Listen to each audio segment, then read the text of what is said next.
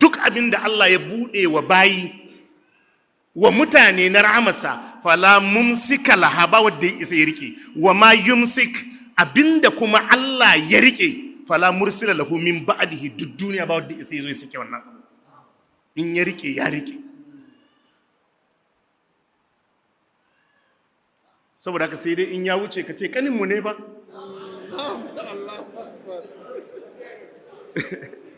haka ne, to haka Allah ya ga dama.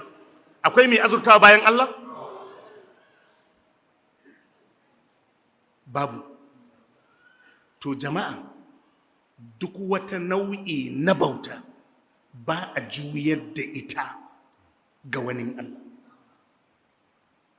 Hakkoki ne na Allah, shi kadai ne, kuma zamanka lafiya kenan, hutun zuciyarka kenan, natsuwarka kenan, gamsuwa da Allah a matsayin shi ne abin bauta.